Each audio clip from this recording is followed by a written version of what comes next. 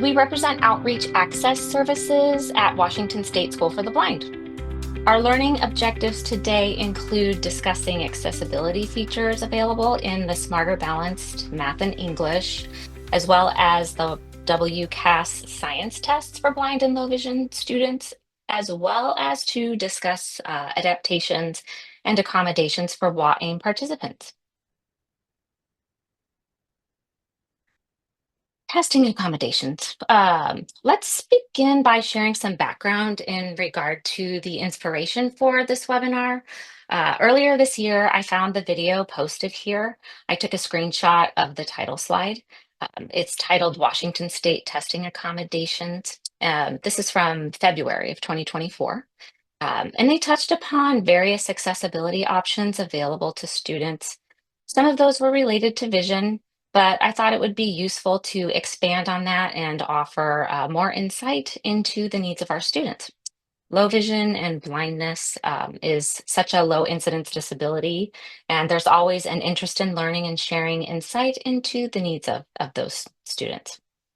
There's a robust amount of information available. It's just not easy to find if you don't know where to look.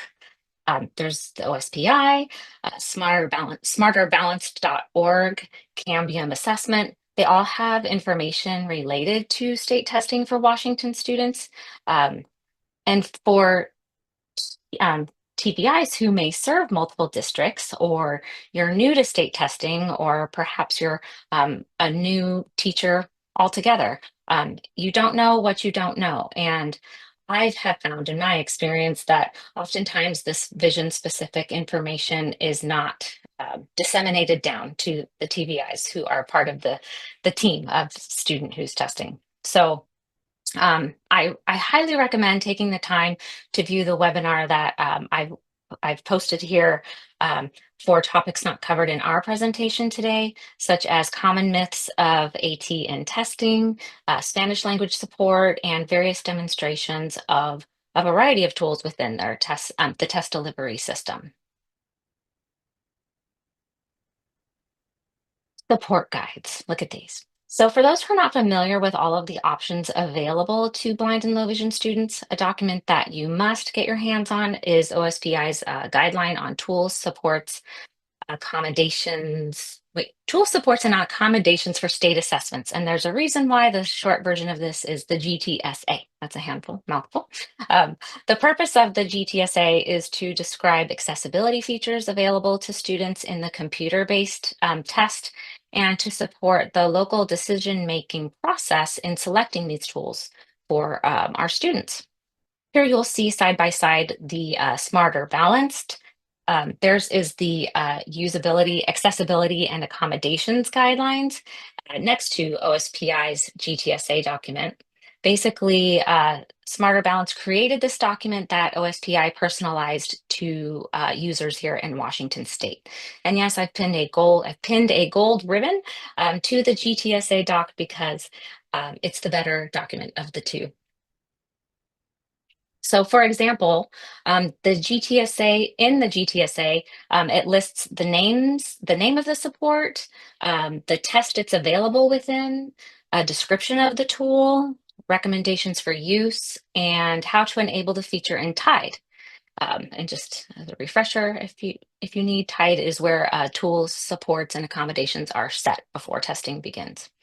The GTSA document also includes science, while the Smarter Balanced created document at the bottom does not. So it's a really useful tool. You could come across both if you're searching for testing information on the internet.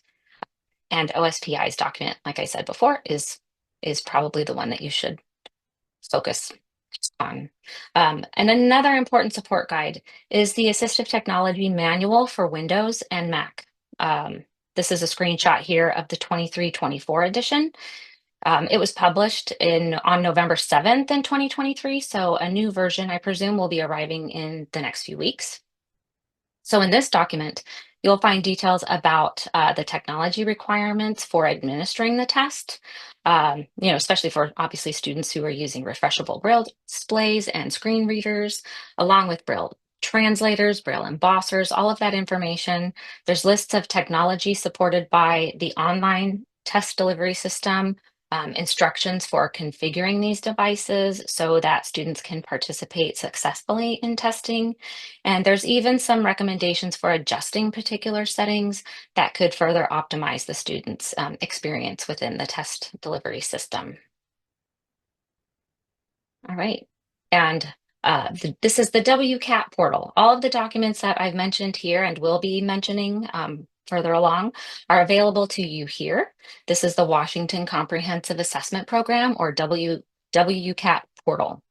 The web URL is listed at the top of your screen, wa.portal.cambiumast.com, I think.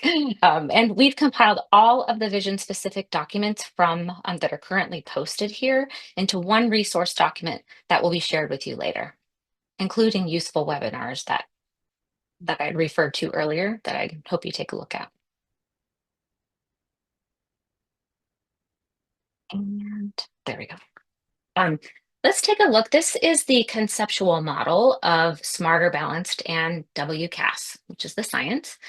This is within you can find this in the GTSA document. There's three main categories of support that are available to students during their assessments. Of course, we have universal tools. These are tier 1 tools, and they're available to all students. Then we have designated supports. Those are tier 2. You can see those kind of in the light yellowish creamy color in the middle of our screen. And of course, accommodations. These are tier 3, and they are specifically designed for students with documented disabilities in an IEP or 504 plan. It's important for us, of course, to familiarize ourselves with these supports so that we can ensure our students receive the appropriate assistance that they need during testing. On the bottom of this model, you'll see on the left is embedded, on the right is the word non-embedded. Just a refresher for you in case you are forgetting or just need that, is the embedded supports. They are integrated directly within the digital testing system, and non-embedded supports are external aids that are outside of the online testing environment. So excuse me, so those require, physical materials or specific settings that need to be arranged at the student's school or testing location. As you can see here, there are many options. This is a lot available to meet the needs and preferences of all students. But now we would like to narrow our focus to some of the more common supports used by blind and low vision test takers. And before we move on, I just wanted to note that there are significantly more low vision students than there are Braille test takers in the state of Washington. And so today we're going to touch upon those non-visual access tools, but there's a lot of links and material available to you in our resource document for further review. All right. So here we're looking at universal tools. They're available to all students. It's based on their preferences and personal selection, and universal tools ensure that all students have equitable access to show what they know in their assessments. Calculator. All right, so Desmos. Desmos is the embedded option for calculator allowed items for math and science tests. While Desmos is great for screen reader and Braille display users, its accessibility features for low vision users falls short. So in the iPad and web-based app, you can do things like switch to reverse contrast and increase the font size by one level only. That's it, just one level. And even these options aren't available within the testing interface. You can expand the calculator. In my picture here, you can see it's taking up half of the page when it is enabled. You can expand that to be even larger, but then it's covering the question, which prevents the student from seeing the problem. And this creates a toggling, back and forth situation that's just not really ideal. So to remedy this, if a student does not want to use the embedded calculator, they can use the calculator they're familiar with. So blind and low vision students, they might be familiar with Desmos on their iPad. As shown here on the right, I have it in reverse contrast and the font is a little bit larger. Or maybe they use a talking graphic calculator. talking graphing calculator, sorry. And this can be arranged for the student as a non-embedded accommodation under specialized calculator. But the bottom line here is that students should be familiar with the functionality of the calculator prior to using it on the assessment. Next, we have Zoom. So there's two ways to magnify your screen within the test interface. The first is known as Zoom Student Level. This feature allows students to adjust the size of text and graphics on their screen. Students can increase or decrease the size from 1.5 up to 3x. Then there's Zoom Test Level. So this sets a predetermined Zoom level for the entire test before it begins. It's configured in advance and tied, and it applies uniformly across all the test items. You can still magnify your screen with the Zoom tool. It's just making that default font size larger to begin with. So this reduces the need for manual adjustments during testing. And you might consider a larger screen to accommodate the increased text size and graphics. I wanted to add that the testing booklet states that the default size for all tests is 14 point, but I found that to be a bit smaller, the default size to be a bit smaller across my devices. It was more like a 12-point font. But you can see here my approximations when I measured it with my Westcott font measuring tool. It's a graphic designer tool that we use to measure font. It shows that the 1.5x was about 14 point and 3x was approximately 24 point. So yeah, let's stop there. Keyboard navigation.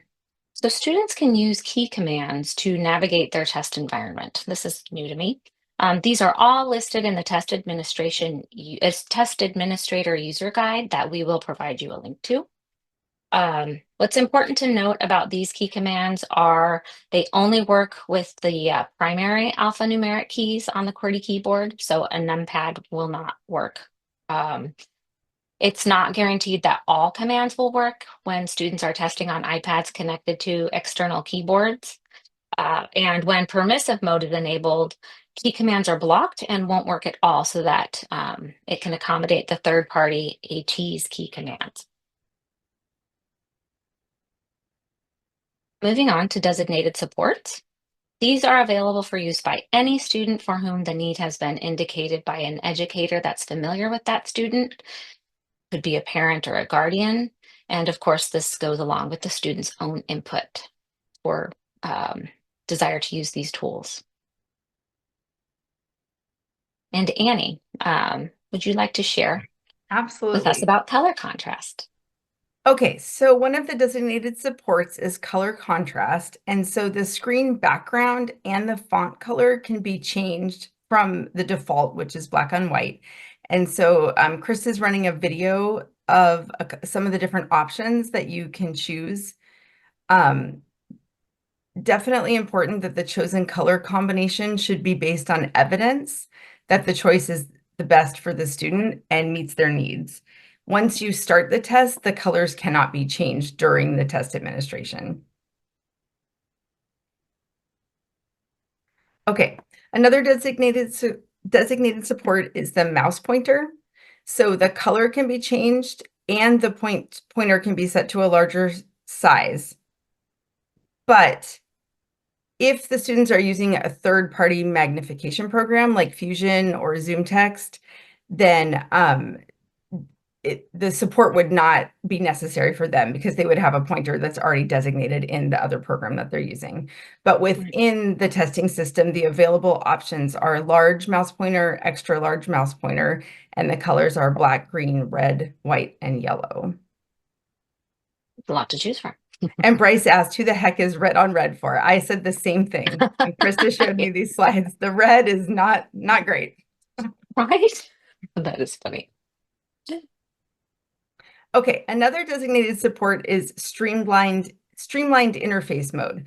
So what Streamline does is it displays the test content vertically, and it removes the default, which is the split screen. So in the split screen, you have the reading stimuli on the left and then the questions on the right. But the Streamline puts it all vertically up and down. Right. Thank you. Awesome. Okay, so now there's Zoom test level with Streamline. So like Zoom test level in Universal Tools, this feature sets a predetermined Zoom level for the entire test before it begins. But these options begin at 5x and extend all the way up to 20x. So as you can imagine, these are extremely large font sizes, and it really would be difficult to navigate. I can't imagine its use, but maybe the 5x. But if you are to consider these as options for a student, a larger external monitor is absolutely necessary, I'm sure. Um, and just be mindful that if a student is using print on demand with this, it will print at that predetermined Zoom level. So Annie, I believe you've had some experience with this in the past and can waste a lot of paper. Were you able to stop it in the middle? It was a long time ago. I don't remember, but I learned this the Okay. hard way with pages and pages coming out with like 3 words on each page. Yeah. Yay, great. All right. Another designated support. It's titled as magnification device. This is how it's listed, but they don't really mean device. It's really software that they're talking about. Excuse me. So Zoom Text and Fusion, these are both products of Freedom Scientific, excuse me, and they're the only third-party magnifier tools allowed. So even so, it's recommended that students use the embedded Zoom tools since they were designed to be intuitive and user-friendly. And I have students that are Zoom text users and were more than pleasantly surprised to not need to use Zoom text for state testing because they were happy with the embedded magnifier features in the test delivery system. But it's important to remember that you run the increased risk of the devices not always playing well together, the technology, software, and the test delivery system. So it's important to keep in mind.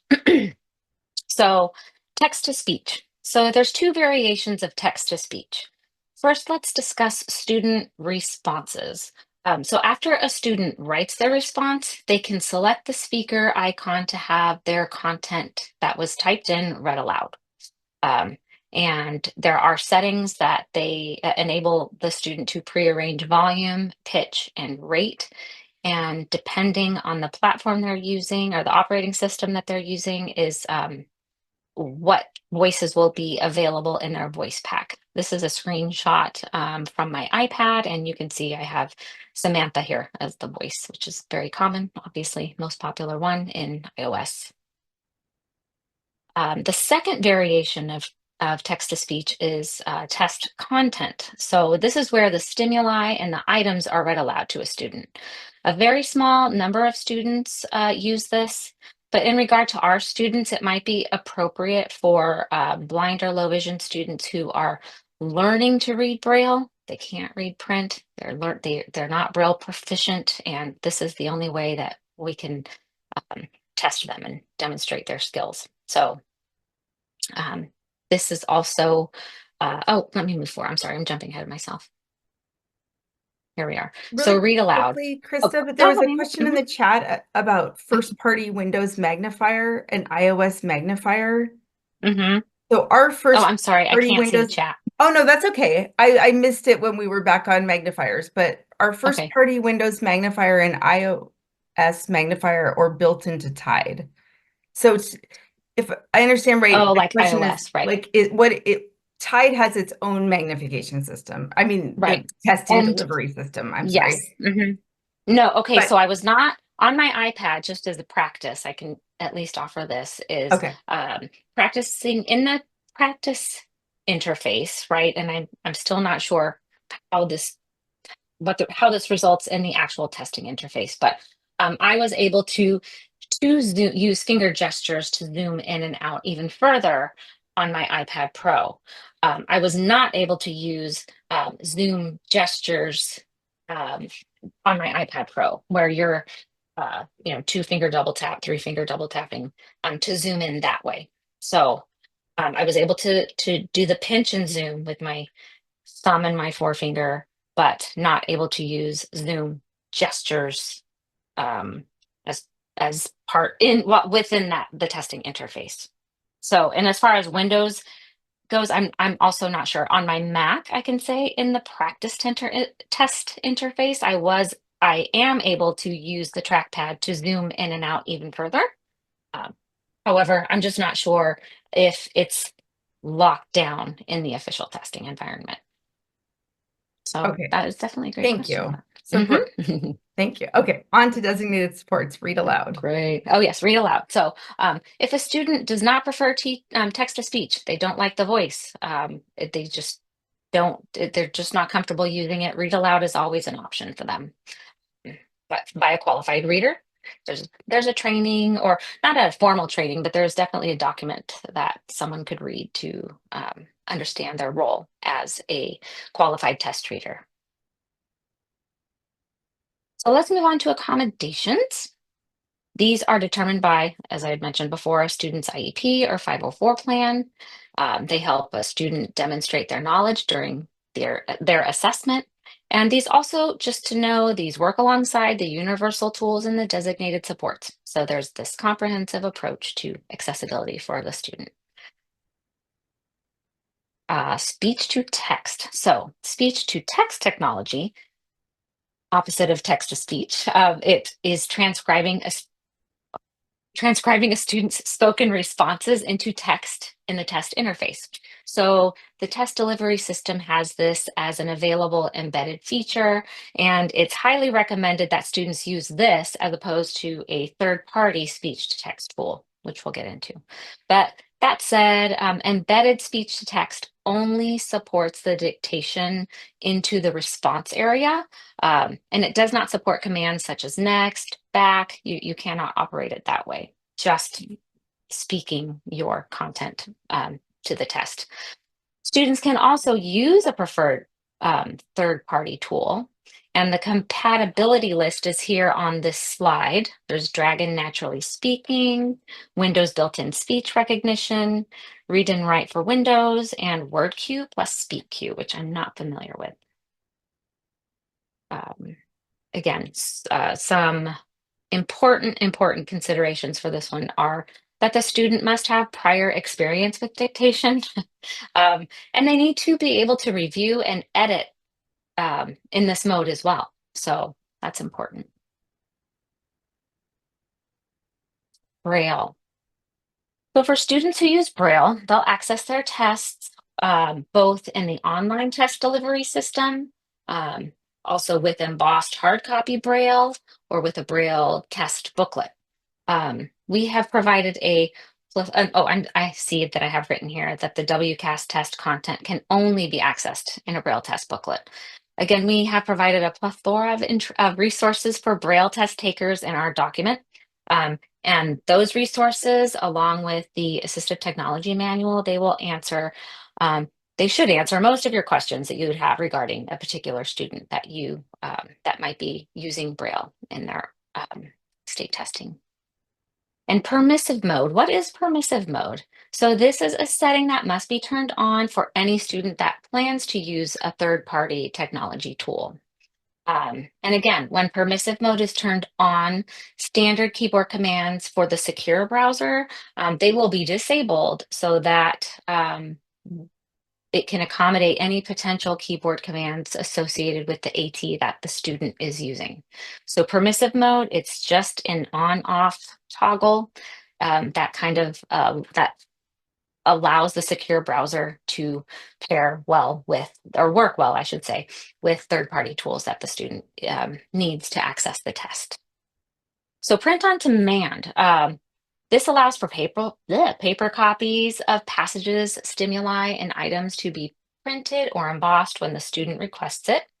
So essentially, a student can take the online test and ask for a print or brailled copy of questions that they need to work out, or just that they want hard copy braille access to. So an example of this could be in the ELA test. If you're using your braille display, that's just a single line of braille, but you need to go back through a long passage of text to find an answer that can just be, just very time consuming. And so often students will request print on demand for the passage so they can have that embossed copy of the Braille to answer those questions. And in math, if you have, say, a student that has enlarged, sorry, font sizes, they can just print that out and have the problem or the equation right there in front of them as they are using a whiteboard or perhaps that same piece of paper to work out the problem. And it just kind of gives them a break from looking at the screen. There's a variety of reasons, but it's a very popular choice. um, so let's see, other accommodations that we just wanted to talk about, highlight.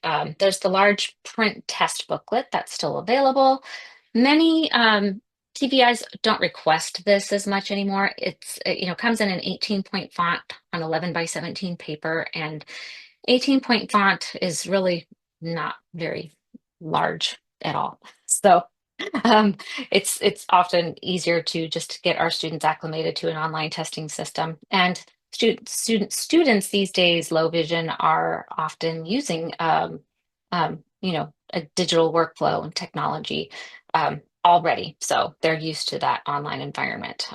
Also an abacus, scribe, alternate response options such as large keyboards, adapted mouse, switches. Those are all other accommodations that are listed in the manuals that you can learn more about.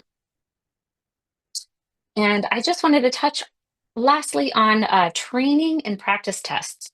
So the primary purpose of these tests are to familiarize our students with the test delivery system. It's ideal to have the student feel comfortable with the online system and the buttons and the tools and all of the item types. So in case you don't already know the difference between training and practice tests, because I didn't until I was preparing for this, and I'm so glad it's clear for me now, is that the training test, so that's a set of less than 10 sample questions at the student's grade level. And this is just great for the students to practice learning the layout of the testing system. There's a variety of questions that are posed, so they get um, they are exposed to typing in an answer, clicking on an answer, dragging, creating a line, typing text, all of the just different types of questions. And the practice test, that's around 30 questions, and it's formatted more like the actual test. So that's the difference between the two. Training test, quick; practice test, more like the Smarter Balance test.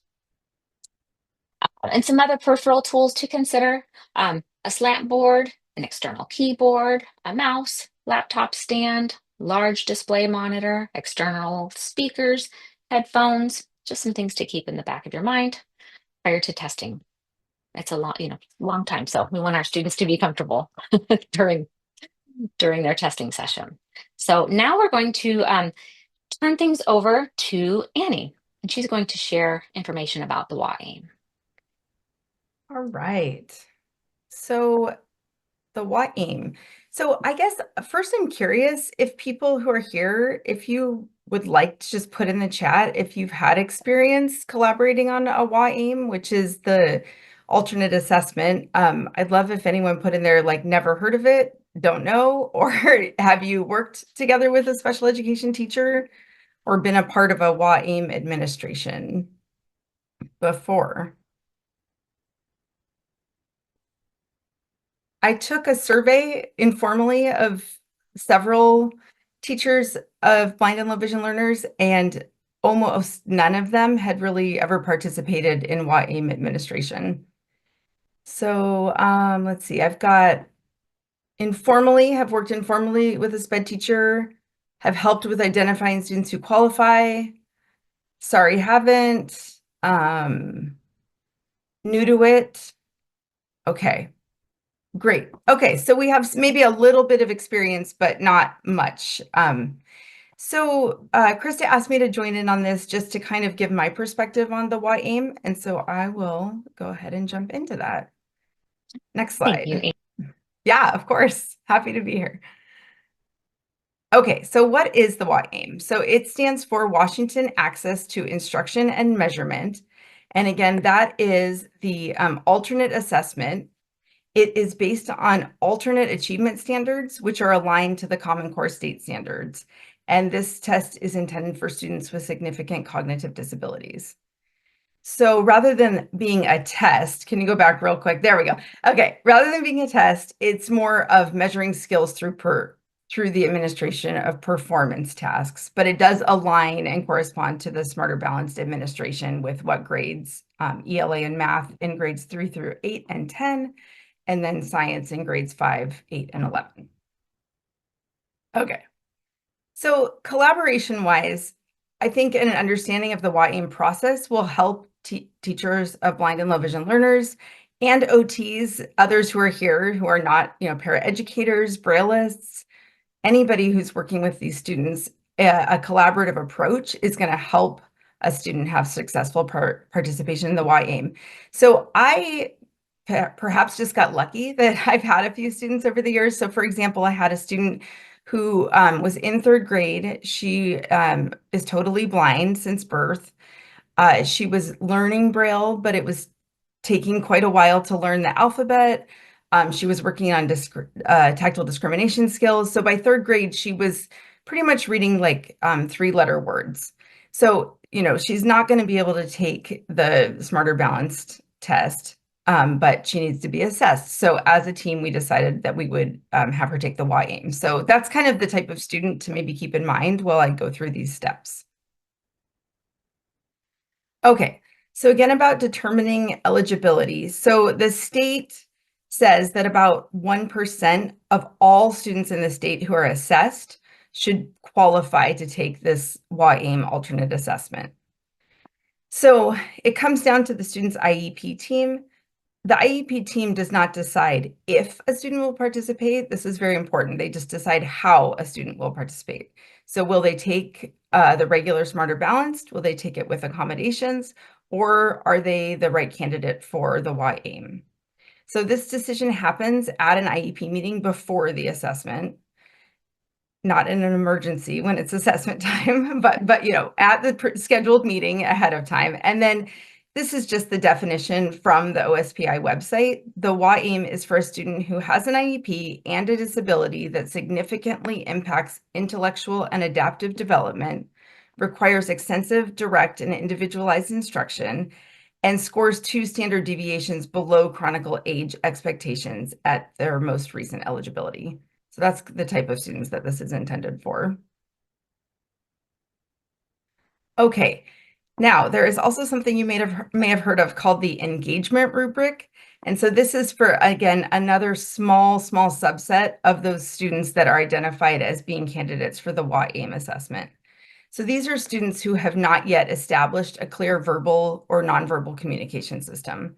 So they're communicating with cries, changes in muscle tone. It's unclear sometimes how they're responding to different sensory stimuli. I had a student who used the engagement rubric who she was in a wheelchair and had cortical visual impairment, significant multiple disabilities. But she had an iPad and a Switch, and for you take the ELA and the math standards, and then you adapt them to something that the student is working on. So for example, for one of the ELA standards, she had stories on her iPad and she would push the switch to advance to the next page of the story. So with the engagement rubric, it's very much observation based, and you just get to document how the student is engaging with those with instruction that is aligned to content areas.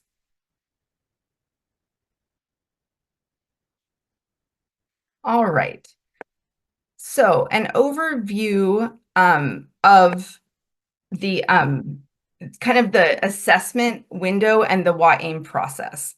So unlike Smarter Balanced, where there's an assessment window and then the school decides, these are the days we're giving ELA, these are the days we're giving math. Really, it's up to individual teachers to work with when are they going to administer the WAIM to their students. So there's this larger window, which is from sometime in January until early May. You don't want to leave it to the last few weeks because it does take quite a bit of time to do all of the steps.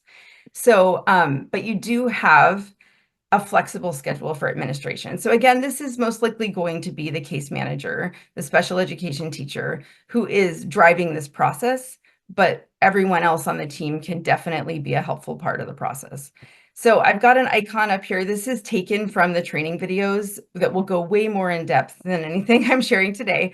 But on the OSPI website, that once students are identified to take the WAAIM, you go through all the steps involving deciding on what level they're going to be assessed at, and I'll go into this a little bit more.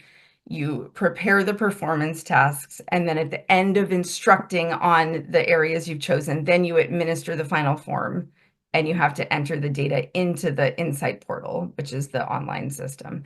So that's kind of like just an overview of why there's this larger assessment window, because it's not just giving a test, it is instruction and then measuring how students do on those. All right, so the WAAIM has a structural framework, which is the access point frameworks. So this outlines the standards assessed at all grade levels and is posted by content area. So I've got on here an example of a grade 3 math access point. And so all of these will have the K-12 learning standard, and then it's broken down into what is the essential element. So here, the K-12 learning standard is this long thing about understanding that shapes may share attributes, et cetera, et cetera. What's the essential element of that?